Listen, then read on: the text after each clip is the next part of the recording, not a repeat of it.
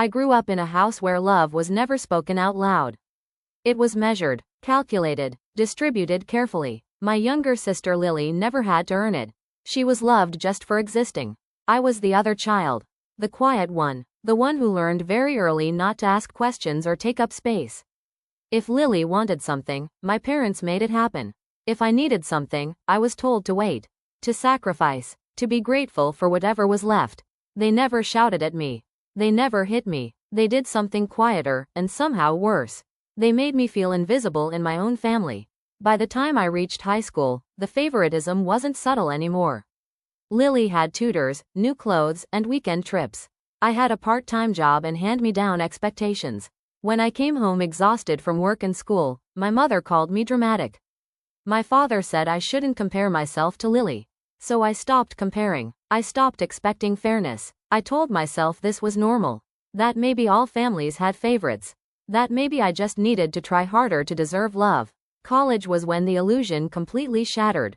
My parents sat me down one evening and told me money was tight. They said they couldn't help me with tuition or housing. 2 weeks later, Lily got a brand new car to support her studies. I signed loan papers with shaking hands. I worked night shifts, skipped meals, cried in public restrooms between classes. Every time I struggled, my parents reminded me how lucky I was to even be part of their family. So I survived quietly, like I always had. The only person who ever truly noticed was my grandmother.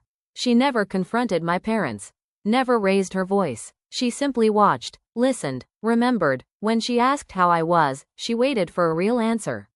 When she hugged me, it felt like safety. I didn't know then that she was quietly planning my escape. When my grandmother passed away, the family gathered for the will reading. I sat silently, already prepared to receive nothing. Hope had taught me too many painful lessons. Then the lawyer said my name. Once, then again. The house, the savings, the investments, everything was left to me. The room exploded. My mother cried like she'd been betrayed. My father accused the lawyer of making a mistake. Lily screamed that I had manipulated our grandmother. Before anyone could stop him, the lawyer calmly added there was a letter, written only for me. My hands shook as I opened it. That letter changed my life. I wasn't their biological child. My parents had taken me in as a baby, not out of love, but because my grandmother forced them to cover up a scandal that would have destroyed their reputation. They raised me, yes, but not as a daughter. I was a secret, a reminder, something they never wanted, but couldn't get rid of. The letter described everything my grandmother had witnessed over the years.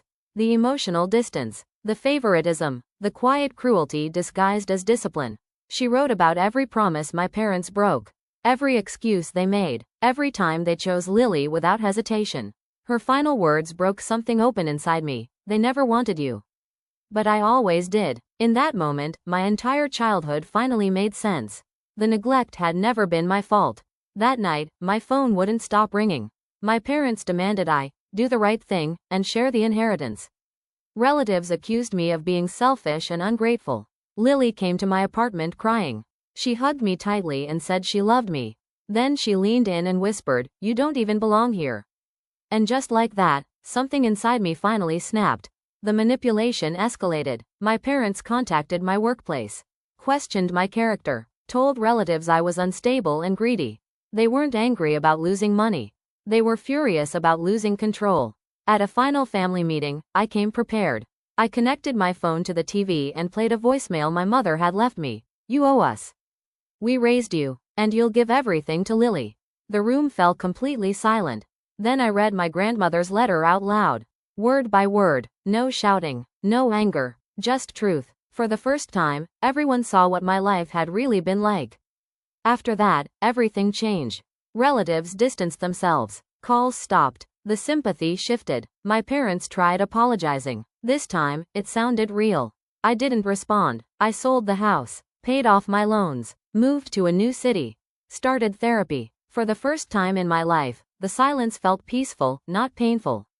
I learned that love doesn't demand repayment, and family doesn't make you feel disposable. People sometimes ask if I regret not forgiving them. I don't. Forgiveness doesn't mean reopening the door to people who broke you. They spent years making me feel small. But the secret they buried, the truth they feared, gave me everything they never could. Ending line. I wasn't the golden child. I wasn't the favorite, I was the truth they hid. And breaking that silence finally set me free.